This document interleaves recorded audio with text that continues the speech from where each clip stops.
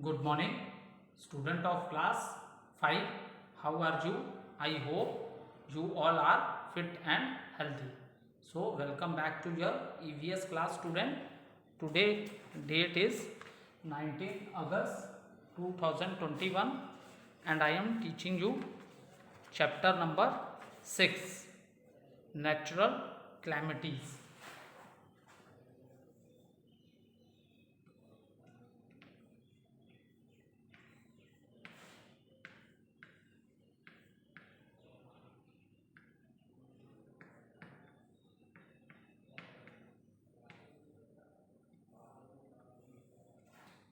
Okay, so name of the chapter is Natural Calamities. Let's do little recapitulation what we have done in the previous video, student. So in the previous video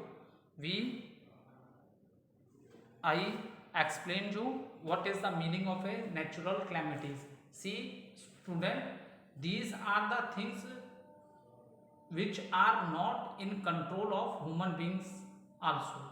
So there is certain change in the surroundings. Okay, so what is natural calamities?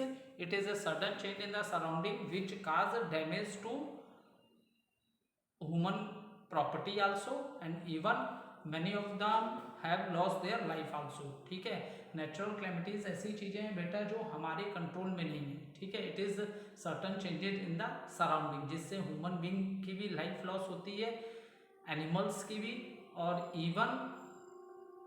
Even there is damage to their properties also.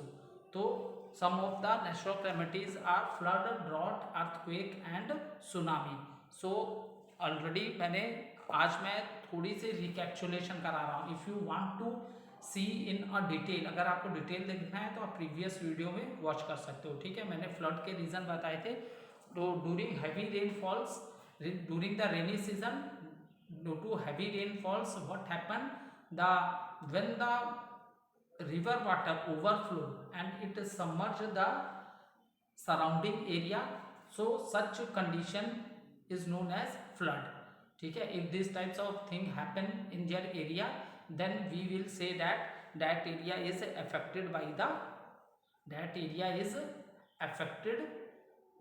a flood.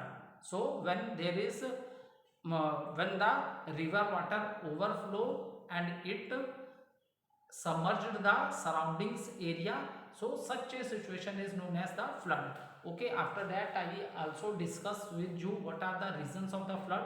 The reason of the flood is the cutting of the tree. So due to human activities, what we have due to increase in population, the demand of the food is also increase, and the so due to human activities we have cut a lot of trees, and this is also the reason for the flood. Because what happened due to the cutting of the trees, the temperature of the earth rises. Due to this what's happened, snow start melting. ठीक है, temperature अर्थ का जब ज़्यादा हो गया पेड़ों के कटने से, तो जो स्नो है, जो आप लोग ग्लेशियर ये सब पढ़ते हो, तो जो स्नो है वो मेल्ट करने लगी. जब स्नो ज़्यादा मेल्ट करेगी तो रिवर्स में ऑलरेडी ज़्यादा वाटर होगा, और at the rainy season when there is lot of rain fall, so in that situation, ऐसी सिचुएशन में क्या होगा बेटा कि रेनी सीजन में जब बहुत ज़्यादा रेन हो रही है, वाटर हो रही है, रिवर में पहले ही ज़्यादा पानी है, और रेनी सीजन में जब और ज़्यादा पानी हो जाएगा तो दैट वाटर स्टार्ट ओवरफ्लो. ऐसा वाटर क्या करने लगता है, ओवरफ्लो करने लगता है, and it submerge the surrounding area, और ये सराउंडिंग एरिया को भी, पूरा एरिया क्या पानी में डूब जाता है. तो इसी को हम लोग क्या कहते हैं, इसी सिचुएशन को हम लोग क्या कहते हैं, फ्लड बोलते हैं. So this situation is known as the flood. So and at the time of a rainy flood, the water क्या है, जगह जगह पे वाटर की लॉगिंग हो जाती है. ठीक है, जगह जगह पानी खड़ा हो जाता है, तो इससे बहुत सी डिजीज़ें फैलती हैं, जैसे मलेरिया है, डेंगू है, कॉलरा है. So people are suffering from these types of diseases, and there is a lot of loss of life भी होती है, बहुत से लोग मर जाते हैं. ठीक है, और उनकी प्रॉपर्टी भी बहुत डैमेज होती है eight the time of flood. After that student हम लोग डिस्कस कर रहे थे, हमने स्टार्ट डिस्कसिंग की थी कि what are the precautions we can take. First क्या था, first precaution that is update information, keep listening to the, first क्या था, keep listening,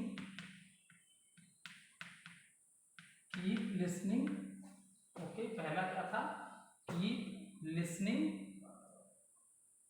to the radio, keep listening to the radio, ठीक है, keep listening to the radio. तो first point था बेटा keep listening to the radio. See when the area, जब हम for example if when the river water submerge the area, then what happen at that time, there is no electricity। ऐसे area में जहाँ पे बेटा flood आ गई है तो वहाँ क्या होता है, इलेक्ट्रिसिटी की लाइट क्या होती है, कट कर दी जाती है, क्योंकि as you know that we make electricity from water, okay, and by chance whole area is submerged with water, so first thing what they do, they cut the electricity of that area, ठीक है। By chance अगर water में बिजली आ जाती है, electricity आ सकती है, so due to this many people can die. तो the area which is affected by the flood, first of all we cut the all electricity connection in that area. So that is the reason हमें जितनी भी update information related to flood है, ये सब हमें कहाँ मिलेगी information, from the radio. Second is if flood water has entered your house, switch off the electricity meter, ये ऑलरेडी मैंने आपको पहले ही बता दिया, ठीक है। सो सेकेंड पॉइंट है switch off electricity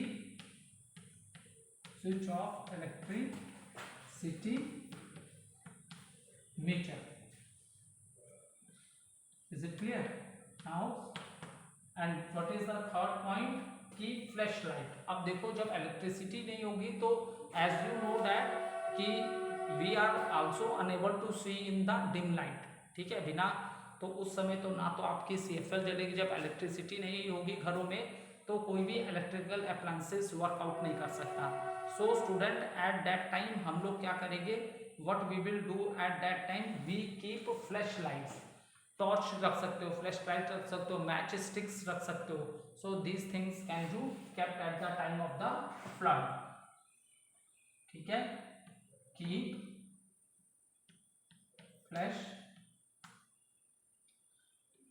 flash lights, candles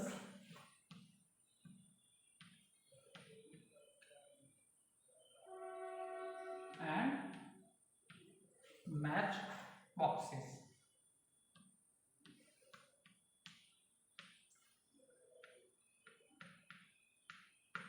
ठीक है।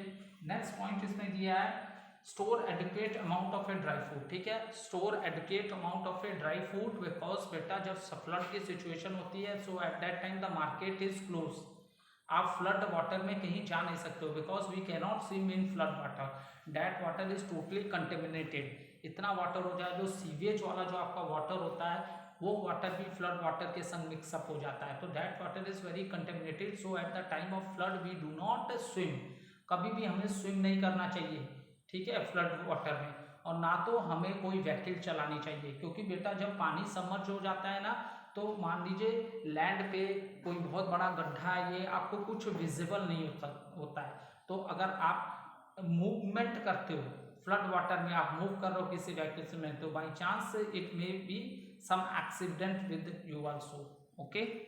सो another, if there is a flood in the area, move to a safe place but never swim or drive during flood, ये मैंने आपको ऑलरेडी बता दिया, never swim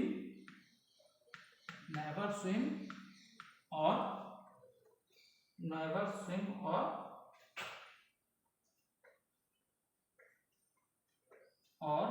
drive, never swim or drive during floods, ठीक है, floods के समय ना तो हमें स्विमिंग करनी चाहिए, ठीक है।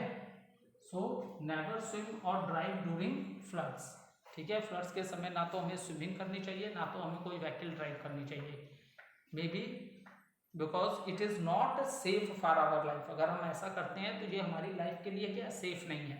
एंड फ्लड के समय you can go to sometime if there is a flood in that area, move to a safe place. Okay, now next है sometime when the flood situation is out of control.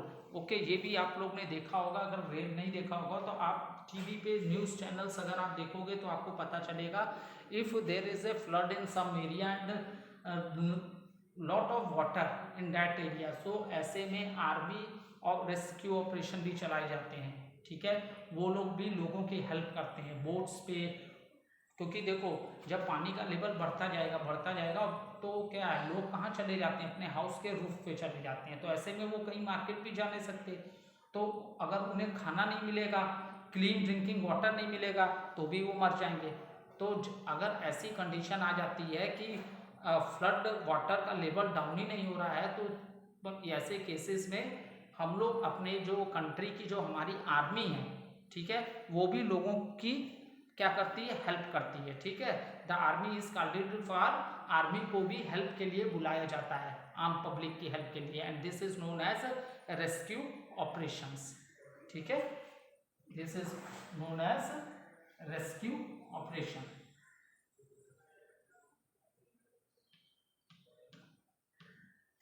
Rescue operation,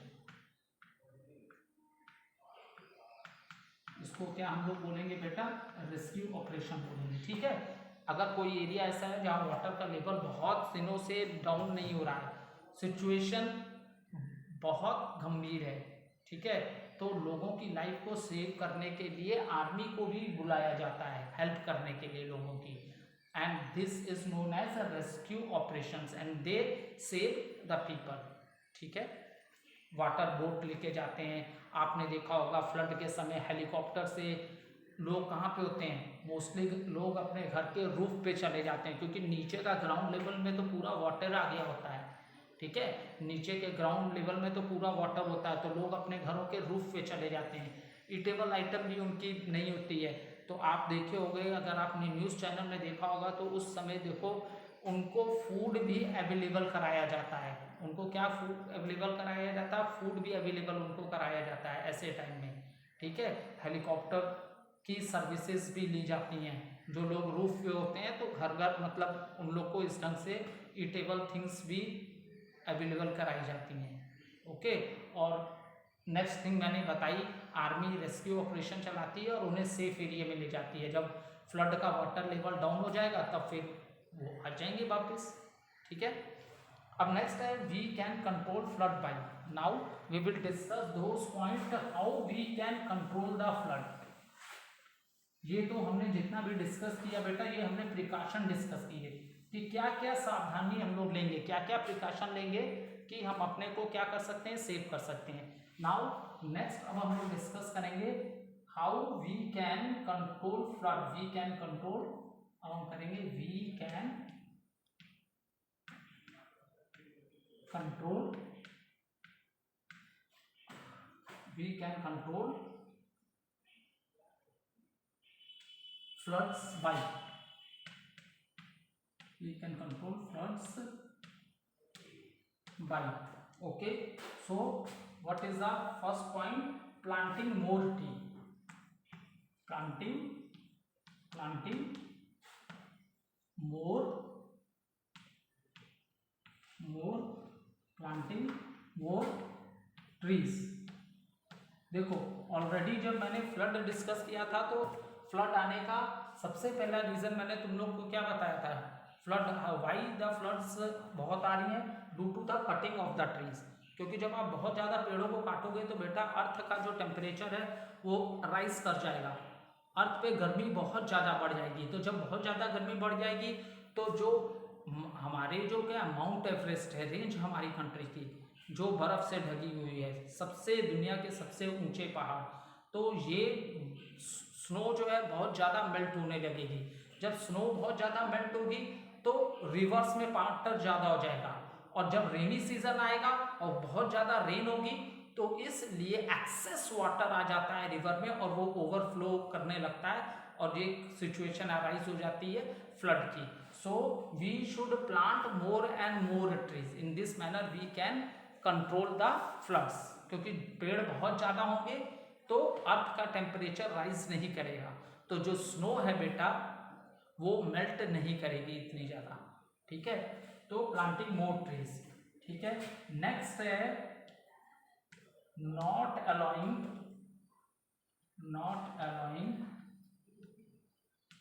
next है not allowing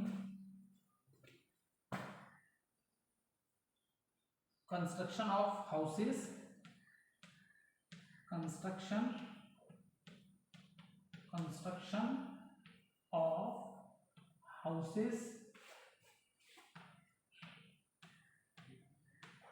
near river banks.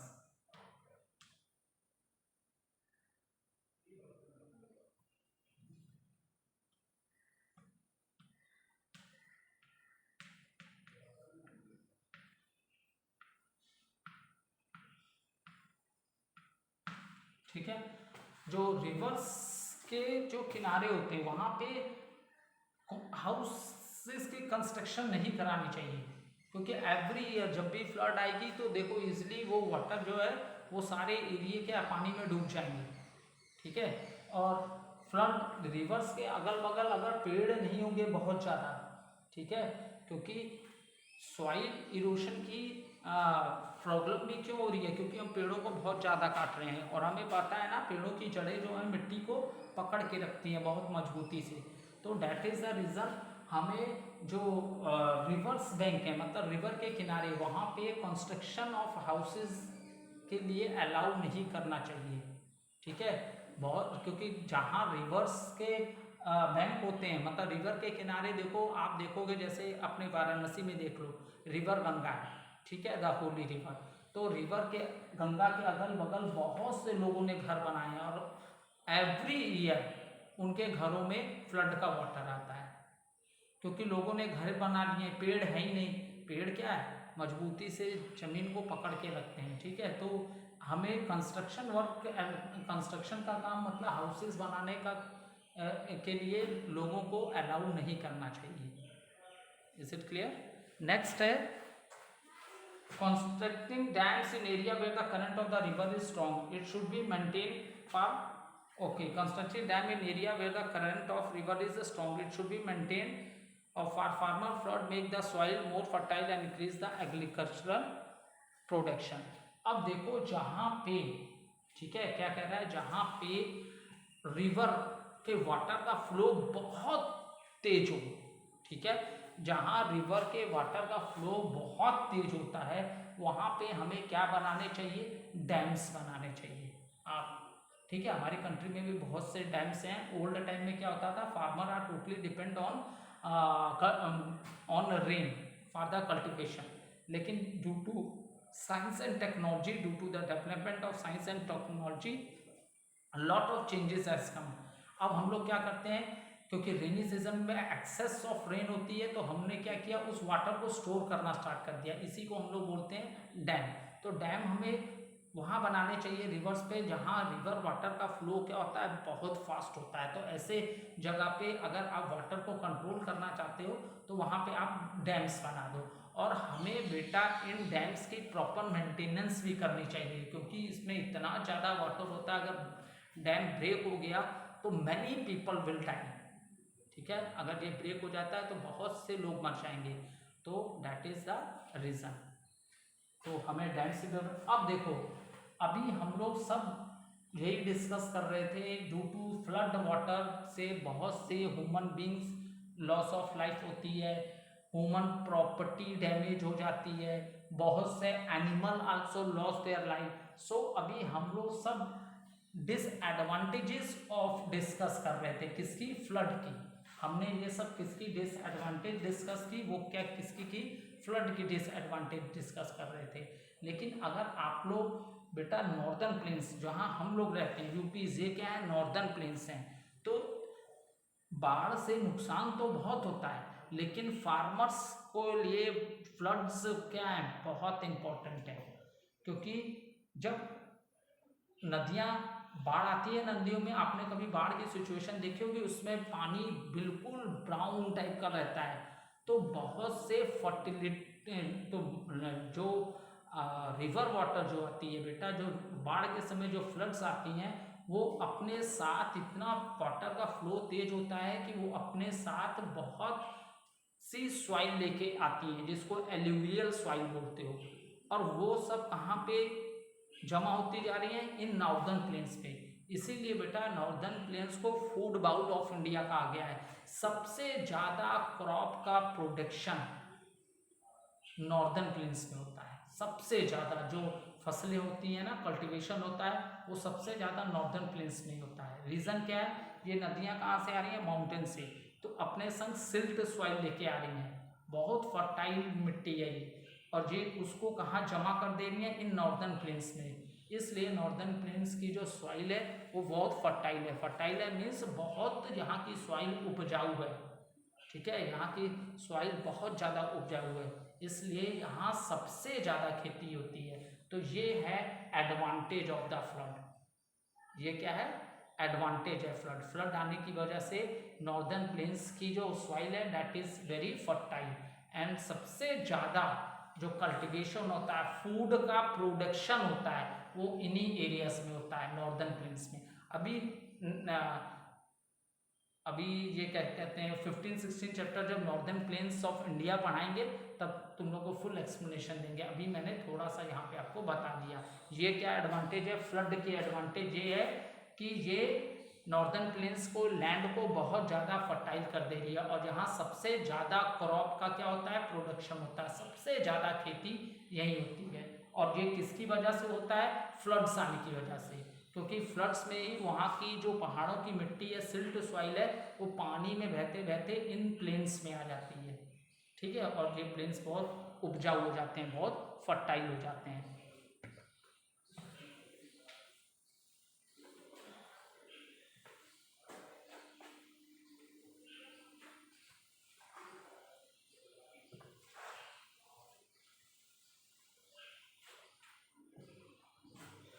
अब देखो second natural calamity की बात करेंगे, drought, DROUGHT, okay. सो अब बेटा हम लोग सेकंड नेचुरल क्लैमिटी की बात करते हैं, जिसका नाम क्या है? ड्रॉट है। Second natural calamity is the drought. Drought मतलब सूखा पड़ जाना।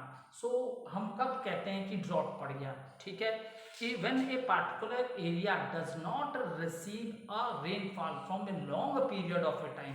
अगर किसी एरिया में बहुत लंबे समय से बिल्कुल बारिश नहीं हो रही है, ठीक है, if a particular area does not receive A rainfall for a long period of a time leading to scarcity of a water due to hot water, so such situation is known as drought।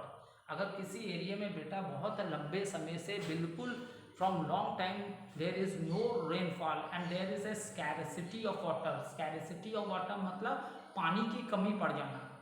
जब बारिश ही नहीं हो रही है, बिल्कुल पानी नहीं बरस रहा है, तो फिर क्या हो जाएगा? वहाँ पे पानी की बहुत कमी हो जाएगी, वहाँ जानवरों को भी पानी नहीं मिलेगा, वो भी बिना वाटर के मरने लगेंगे, ह्यूमन बींग्स का भी वही हाल होगा। तो when a particular area does not receive a rainfall for a long period of a time and there is a scarcity of a water, such a situation is known as drought। और इसी situation को हम लोग क्या बोलते हैं? Drought बोलते हैं। जैसे कि आप इंडिया के स्टेट राजस्थान की बात करो, राजस्थान में अगर आप देखोगे तो वहाँ आपको क्या है? वहाँ की पूरी चारों तरफ क्या क्या है? सैंड है, रेत है, रेत के बड़े बड़े टीले देखने के लिए मिलेंगे राजस्थान में। डेजर्ट एरिया है, क्योंकि वहाँ रेनफॉल होती नहीं है, या तो होती है तो बहुत लेस रेनफॉल होती है, इसलिए वहाँ की सॉइल ब्रेक कर गई and it change in the form of A sand. वहाँ की सॉइल ब्रेक होकर सैंड के फॉर्म में चेंज हो गई है, इसीलिए राजस्थान को क्या बोला जाता है? Desert area.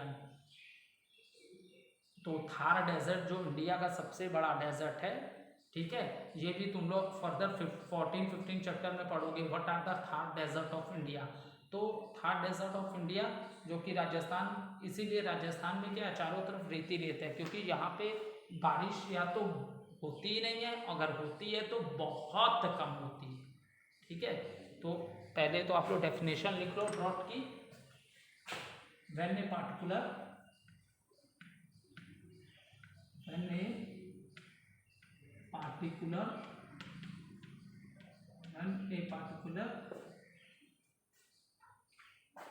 area when a particular area does not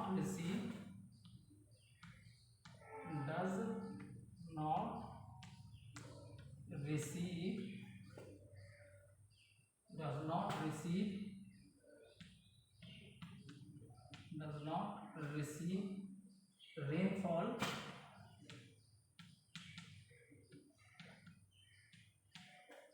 when a particular area does not receive rainfall for long period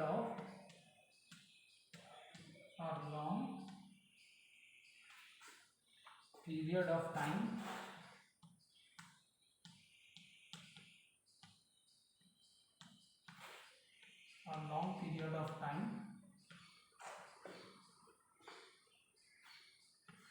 leading to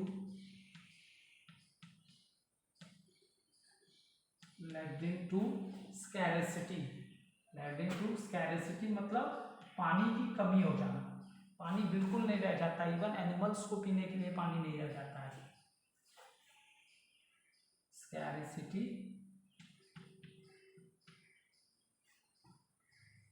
of water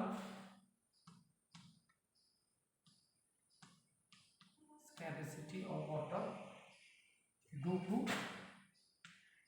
to hot weather,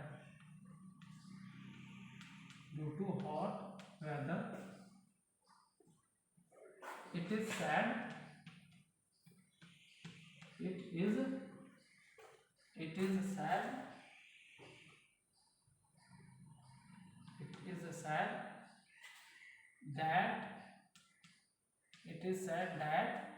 that area is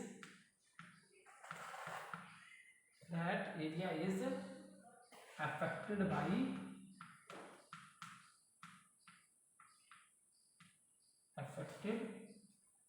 by drought.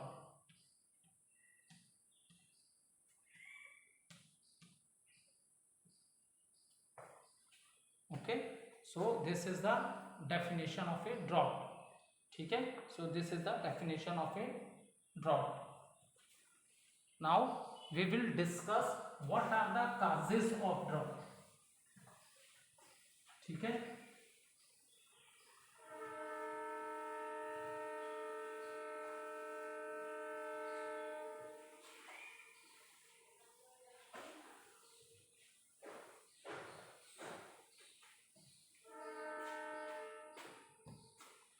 ठीक, now the causes of drought. The causes of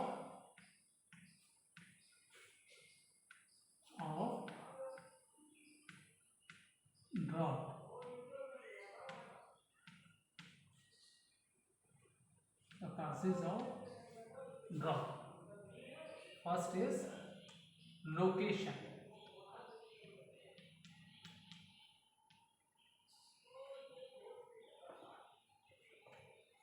So what are the causes of drought? Particular area, so location हो सकता है कि वो area drought है, natural जो resources जो है वाटर बॉडीज, तो वाटर बॉडी हमारे अर्थ पे क्या क्या है, रिवर वाटर है, पाउंड है, सी है, ओशन है, these are the water bodies. So हो सकता है कि वो एरिया वाटर बॉडीज से बहुत दूर है। Is it clear? हो सकता है वो एरिया जो है बेटा वाटर बॉडी से क्या है, बहुत दूर है। इसलिए जो मानसून विंड्स हैं, जो monsoon winds are responsible for the rain. Rain कैसे आती है? मानसून विंड से आती है। So monsoon winds are responsible for the rain. तो हो सकता है बेटा वो एरिया बहुत दूर हो, ठीक है। हो सकता है कि उस एरिया में कोई वाटर बॉडी ना हो, जिसकी वजह से क्या हो जा रहा है, मॉनसून विंड उस एरिया में आते आते क्या हो जाती है, बहुत वीक हो जाती है। तो दैट इज द रीजन, या तो वहाँ बहुत लेस रेनफॉल होती है या तो बिल्कुल ही नहीं होती है। Okay, thank you student, we will continue this in the next video.